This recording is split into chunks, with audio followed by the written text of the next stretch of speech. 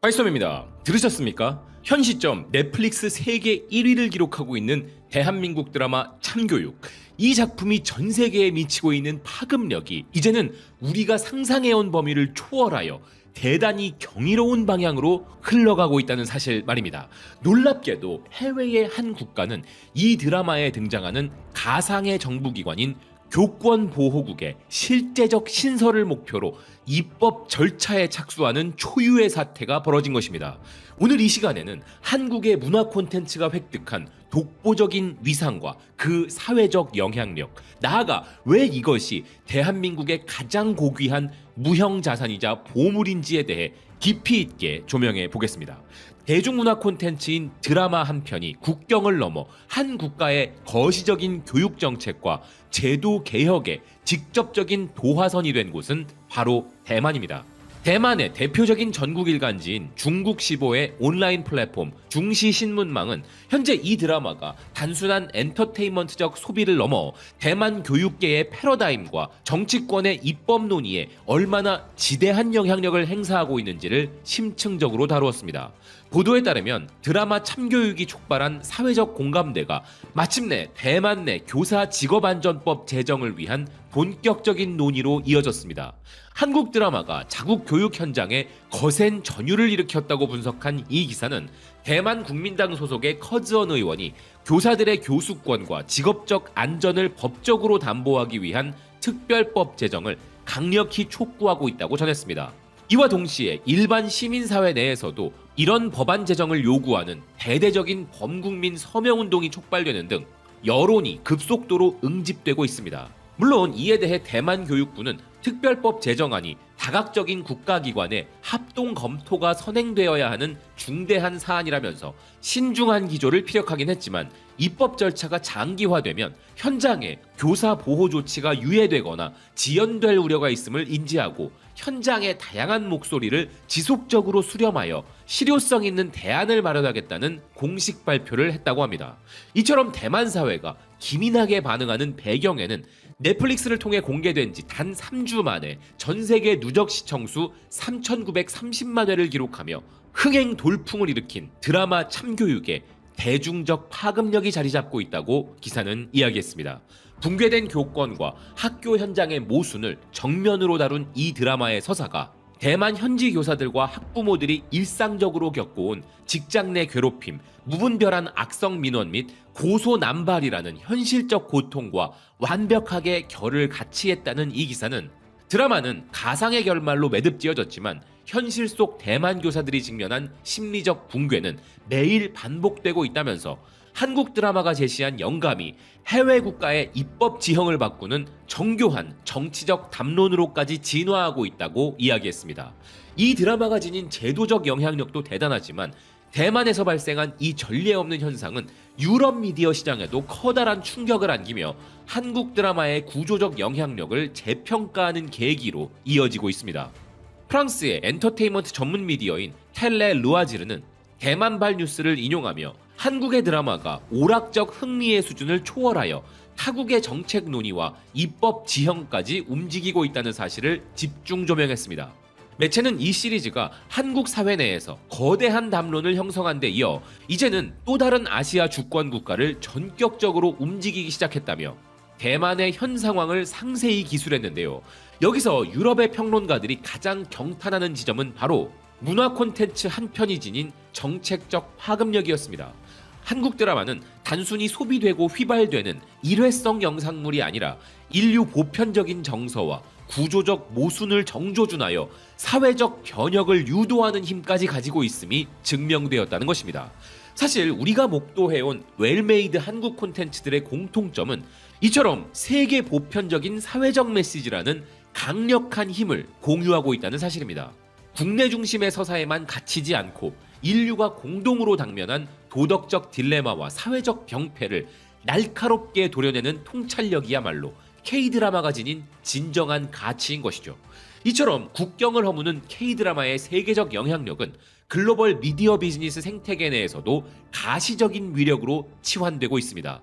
콘텐츠 유통 계약과 공급망 소식을 전문적으로 다루는 비즈니스 매체 세녜알 뉴스는 유럽 전역과 아프리카 20여 개국의 거대한 방송 네트워크를 보유한 프랑스의 미디어 거물 카날 플러스 그룹이 한국의 콘텐츠를 전략적 교두보로 삼아 동유럽 시장 개척에 나섰다는 소식을 전했습니다. 보도에 따르면 카날 플러스 그룹은 체코 시청자들을 겨냥해 한국 드라마를 스트리밍 시장에 전격 공급하기로 결정했으며, 이에 따라 체코 미디어 역사상 최초로 프리미엄 K-드라마 플랫폼이 출범했다는 것입니다. 이 매체는 그 플랫폼에 대해 이런 소개를 이어갔는데요. 이번 파트너십 계약을 통해 체코의 대표적인 미디어 플랫폼인 프리마 플러스는 체코 내에 한국의 하이엔드 콘텐츠를 독점적으로 소개하는 최초의 스트리밍 허브가 되었다.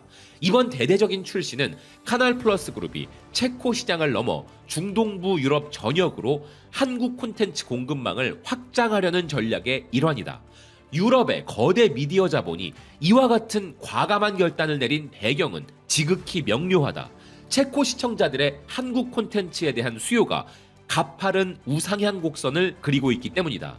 이것은 시장의 강력한 갈망에 반응한 자본의 유기적인 움직임이었던 것이다. 무엇보다 이 소식이 고무적인 이유는 최근 글로벌 미디어 환경의 급격한 변화로 일시적인 정체기를 겪고 있는 국내 지상파 및 대형 제작사들의 연출작이 동유럽 시장에 대거 직수출된다는 점입니다. SBS를 필두로 CJ ENM, KT 스튜디오 지니 등 대한민국을 대표하는 콘텐츠 하우스들의 작품들이 대거 체코의 안방극장을 공략하게 됩니다.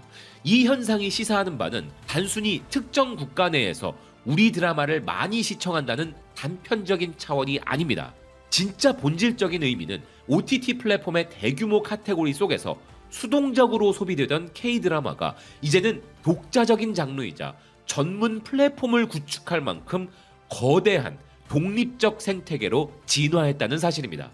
그리고 미디어 산업적 관점에서 볼 때 한국 드라마는 고부가 가치를 창출한다는 명제가 글로벌 자본시장에서 완벽히 증명되었다는 점도 대단히 중요한 이정표인데요.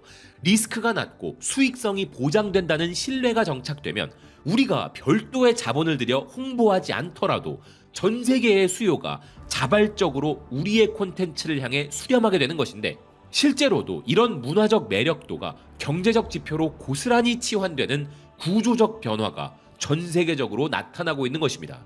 유럽 최대의 미디어 그룹 카날 플러스가 이 시점에 이러한 결단을 내린 이유 역시도 바로 자국 프랑스 영토 내에서 전개되고 있는 한류의 압도적인 실태를 경제적 지표로 직접 목격하고 있기 때문인 것인데요. 프랑스 유력 매체 우에스트 프랑스는 최근 파리 콘텐츠 엑스포 컨퍼런스에서 글로벌 방송 관계자들을 충격에 빠뜨린 놀라운 통계 수치를 공개했습니다. 그건 바로 프랑스 내 전체 넷플릭스 가입자 중 무려 83%에 달하는 시청자들이 한국 콘텐츠를 정기적으로 소비하는 핵심 팬덤이란 사실이었습니다. 우에스트 프랑스는 이 사실에 대해 이런 분석을 내놓았는데요. 이 통계는 자국 콘텐츠에 대한 문화적 자존심이 세계에서 가장 강한 유럽 방송업계 관계자들에게 엄청난 위기감과 충격을 안겨주었다. 이제 스트리밍 플랫폼은 대다수 프랑스 시민들이 대한민국의 문화와 정서로 진입하는 공식 관문이자 메인 프레임으로 작동하고 있음이 드러난 것이다. 그들은 한국 드라마가 일시적 유행이 아닌 프랑스 대중의 보편적인 라이프 스타일로 깊숙하게 스며들었음을 인정할 수밖에 없었다. 불과 수십 년 전만 해도 대한민국의 지리적 위치도 전혀 알지 못했던 이들이 이제는 자연스럽게 한국의 신작 라인업을 검색하는 시대가 도래했다. 이는 서구 사회가 한국의 정서, 일상, 사회적 맥락을 주류 문화로 전격 수용하기 시작했음을 의미한다. 더욱 경이로운 사실은 이러한 한국 드라마 열풍이 프랑스 내에서의 단순한 디지털 소비에 머물지 않고 시청자들의 실제 삶을 변화시키며 대한민국 영토를 향한 거대한 물리적 이동으로 이어지고 있다는 점입니다. 프랑스의 문화, 사회, 관광 전문 미디어 에코스틸리아는 K-드라마가 현재 프랑스의 중장년 여성층과 은퇴자 세대를 한국으로 이끄는 강력한 인구학적 동인으로 작용하고 있다면서 드라마 속 촬영지들이 프랑스인들의 새로운 프리미엄 여행 목적지로 급부상하고 있다고 집중 분석했습니다. 기사는 한국 여행이 더 이상 K-팝에 열광하는 10대와 20대의 전유물이 아니라고 선언하며 이렇게 이야기했는데요. 프랑스어권의 은퇴 세대와 50대 이상의 중장년 여성들이 자신이 깊은 감명을 받았던 드라마의 발자취를 따라 장거리 한국행 비행기에 몸을 싣고 있다. 이는 단순한 유행을 넘어 대한민국 관광산업의 가장 성숙하고 견고한 질적 성장 모델로 안착했다. 충청남도 논산에 위치한 선샤인 스튜디오에서는 프랑스 여성 6명을 만날 수 있었는데 그들은 오직 드라마 미스터 선샤인의 시대적 배경과 공간을 직접 체험해보고 싶다는 단 하나의 목적으로 한국을 방문했다고 밝혔다. 2018년 공개된 이 한 편의 마스터피스로 인해 한국의 지방도시는 성지순례지로 격상된 것이다. 이러한 고부가 가치 관광 상품은 한국 내에서 지속적으로 창출되고 있다. 2023년에 설립된 한류 전문 여행사 투르 드 코레의 자료에 따르면 자사 패키지 상품 이용객의 무려 80% 이상이 50세 이상의 프랑스 시청자들로 구성되어 있었다. 한때 인터넷 하부 문화에 머물던 한국 드라마가 이제는 전 세계 중산층의 휴가 목적지를 결정하고 체계적인 고급 패키지 투어를 고안해내는 전 세계적인 파워 장르로 완전히 올라선 것이다. 그리고 이 매체는 이어서 이 현상이 대한민국 경제에 가져다주는 궁극적인 이득에 대해 전곡을 찌르는 분석을 내놓았습니다. 한류의 외연이 서울이라는 장벽을 넘어 대한민국의 지방 소도시들로 전격 확산되고 있다. 미디어를 통해 내면화된 정서적 유대감이 공간의 이동으로 치환되는 구조가 형성된 것이다. 이러한 현상을 관광학계와 미디어 업계에서는 세트 제팅이라 명명하는데 이 정교한 메커니즘이 외국인 관광객들을 서울 중심의 밀집 구조에서 대한민국 국토 전역으로 분산 이동시키는 핵심 동력원으로 기능하고 있는 것이다. 이로 인해 고유의 색채를 가진 한국의 소도시들이 글로벌 관광지로 거듭나고 있는 상황이다. 세트 제팅이 지닌 진정한 위력은 언어와 문화적 장벽의 완전한 해체에 있다. 전 세계 시청자들은 매회 드라마를 시청하며 한국의 풍경과 고유한 미식은 물론 일상적인 행동 양식을 자연스럽게 체득한다. 이 과정에서 한국어에 친숙해지는 것은 당연하고 한식을 일상적으로 소비하는 패턴이 자리 잡게 되며 나아가 대한민국의 역사적 맥락에 대한 깊은 탐구로까지 진입하게 된다. 즉 단순한 일회성 관광지 방문을 넘어 대한민국이라는 국가의 정체성 자체를 수용하는 가장 강력한 문화적 관문이 되는 것이다. 요즘 실제로 지방 소도시에 놀러가 보면 가는 데마다 외국인들이 너무 많이 보여서 국내 여행을 하면서도 해외 여행을 하고 있다는 착각이 들 때도 있는데요. 그런 배경에는 이런 현상들이 자리 잡고 있었던 것이죠. 기사는 이어서 K-드라마가 실제로 어떤 역할을 담당했는지 설명했는데요. K-팝이 글로벌 시장에서 화려한 퍼포먼스로 한류의 물리적 장벽을 파괴하고 세계적 인지도를 확장하는 천병 역할을 수행했다면 K-드라마는 그 터전 위에 공간적 깊이와 역사적 서사를 부여하는 역할을 수행했다. 시청자들의 무의식 속에 한국의 거리와 카페, 예쁜 다리와 작은 마을을 영구히 심어놓음으로써 시청 자체가 곧 여행이라는 기분을 제공한 것이다. 게다가 이러한 문화적 현상은 가시적인 국가 거시 통계로도 명백히 입증되고 있다. 대한민국 정부의 공식 발표에 따르면 2026년 1분기에 방한 외국인 관광객 수는 23% 성장하며 476만 명을 전격 돌파했다. 이는 역대 1분기 기준 사상 최고치에 해당한다. 특히 유럽 대륙 내에서 가장 가파른 대한민국 방문 가속도를 보이는 국가가 바로 프랑스라는 점은 국제 관광 지형도에서 대단히 유의미한 변화이다. 파리의 안방 TV 화면에 등장한 한국의 소박한 거리가 지구 반대편 논산과 포항으로 향하는 실제 발걸음을 창출하는 시대가 도래한 것이다. 미디어 콘텐츠를 통해 관광 부가가치를 창출하는 국가는 비단 우리뿐만이 아닙니다. 실제로 수많은 문화 선진국들이 이 메커니즘을 통해 자국의 경제적 이익을 극대화하고 있습니다. 그러나 마침내 2026년 올해 대한민국이 이 분야에서 전 세계 최정상의 자리에 등극할 것이라는 공식 전망이 발표되었는데요. 유럽 최대 규모의 국제 뉴스 네트워크인 유로뉴스는 최근 콘텐츠 문화 관광 지표인 스크린 관광 예측 지수의 정밀 시뮬레이션 결과를 인용하여 이렇게 보도했습니다. 지난 10년간 글로벌 미디어 시장의 팽창과 함께 세트 제팅은 완전히 새로운 산업으로 진화했다. 과거 왕좌의 게임이 크로아티아를, 사랑의 불시착이 스위스의 이젤트발트를 세계적 관광 허브로 탈바꿈시킨 사례가 대표적이다. 글로벌 여행 기업 홀라플라이가 개발한 스크린 관광 예측 지수는 총 4가지의 고도로 정밀한 평가 지표를 기반으로 2026년 세계 최고의 관광 모멘텀을 예측했다. 글로벌 시장 규모를 산정한 콘텐츠 모멘텀 지수, 촬영지의 정체성을 평가한 촬영지 상징성 점수, 실제 검색량과 예약을 반영한 수요 신호 지수, 국제 항공 노선 및 인프라 수용 능력을 감안한 수용 능력 점수가 그것이었다. 분석 결과 단 하나의 국가가 압도적으로 세계 정상에 우뚝 섰다. 2026년 전 세계 세트 제팅의 가장 거대한 수혜국이자 승자는 바로 대한민국이었다. 이 지표에서 대한민국의 위상이 어느 정도의 절대적 체급인지를 실감하기 위해 하위 순위의 면면을 살펴보면 가히 경탄을 금할 수가 없습니다.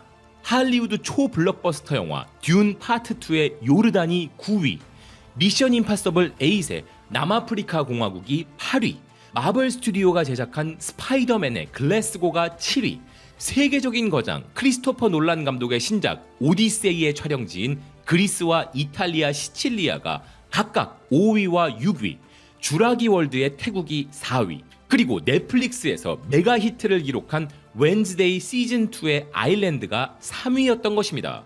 그리고 대망의 2위는 전 세계가 열광하는 대작 하우스 오브 더 드래곤 시즌3의 스페인이었습니다. 이 작품들은 글로벌 초대형 미디어 하우스들이 천문학적인 자본을 투입하여 제작한 그야말로 지구촌 전체를 겨냥한 초대형 스케일의 작품들입니다. 그런데 우리 대한민국이 전 세계 미디어 자본의 정점에 서 있는 이 모든 거대 서사들을 가볍게 제치고 당당히 세계 1위에 오른 것입니다. 그렇다면 전 세계 최고 권위의 작품들을 모두 누르고 대한민국을 단독 1위로 만든 결정적인 마스터피스는 과연 무엇이었을까요? 그것은 바로 전 세계 장르물 평론가들 사이에서 좀비 신드롬의 정점으로 평가받는 지금 우리 학교는의 시즌2입니다. 평가기관이 이와 같은 과감한 예측을 내놓은 분석 근거는 매우 정교합니다. 지금 우리 학교는 시즌1은 이미 비영어권 시리즈 역사상 역대 최고 수준의 글로벌 누적 시청 시간을 달성한 메가 히트작이며 전 세계가 열망하는 시즌2의 릴리즈가 올해 4분기와 내년 초 사이로 임박했기 때문입니다. 이에 따라 전 세계의 세트 제터들이 이미 서울행 국제선 항공권을 선제적으로 발권하거나 여행 플랜을 구체화하기 시작했다는 진단입니다. 그러나 우리가 여기서 진정으로 이해해야 할 본질은 단순히 이 작품 한 편의 흥행 전망에 있지 않습니다. 이 분석기관은 우리 대한민국의 가장 결정적인 차별화 요소로 다음과 같은 전곡을 찌르는 결론을 제시했습니다.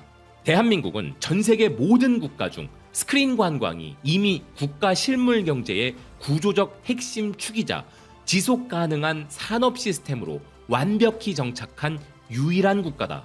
아울러 과거에는 상상하지 못했던 독보적인 인프라를 바탕으로 대한민국은 다른 국가들처럼 그저 일시적인 유행이나 특정 이벤트의 단발성 흥행에 의존하는 초보적인 단계를 완전히 넘어섰다. 이것이 의미하는 바가 비로소 이해가 되십니까? 대한민국의 콘텐츠 산업은 우연한 행운으로 로또처럼 터지는 단발성 신드롬의 단계가 아닌 것입니다.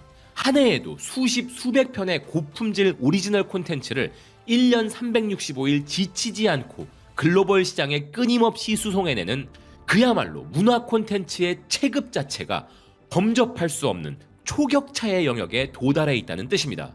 그렇기에 2위인 문화대국 스페인이 78점에 머문 반면 대한민국은 87.6점이라는 압도적인 격차로 세계 정상의 왕좌를 차지할 수 있었던 것입니다. 대한민국의 문화 영토 확장은 일시적인 신드롬이 아닙니다. 사실 현미경으로 들여다보면 일시적인 신드롬으로 보일지도 모르죠.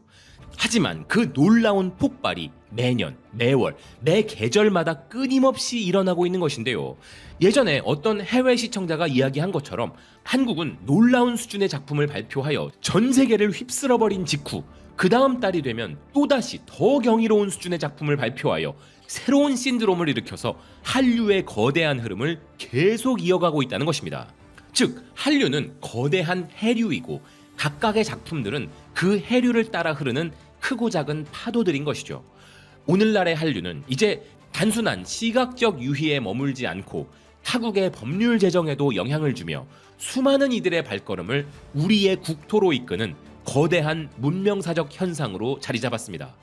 전 세계의 안방극장을 지배하고 마침내 지구촌 시민들의 삶과 가치관까지 관통하는 이 위대한 문화 영토 확장의 대서사시를 우리는 온전히 자랑스러워해도 좋을 것입니다. 다음 시간에는 더욱 유익하고 깊이 있는 이야기로 찾아뵙겠습니다. 시청해주셔서 고맙습니다. 또 뵙겠습니다.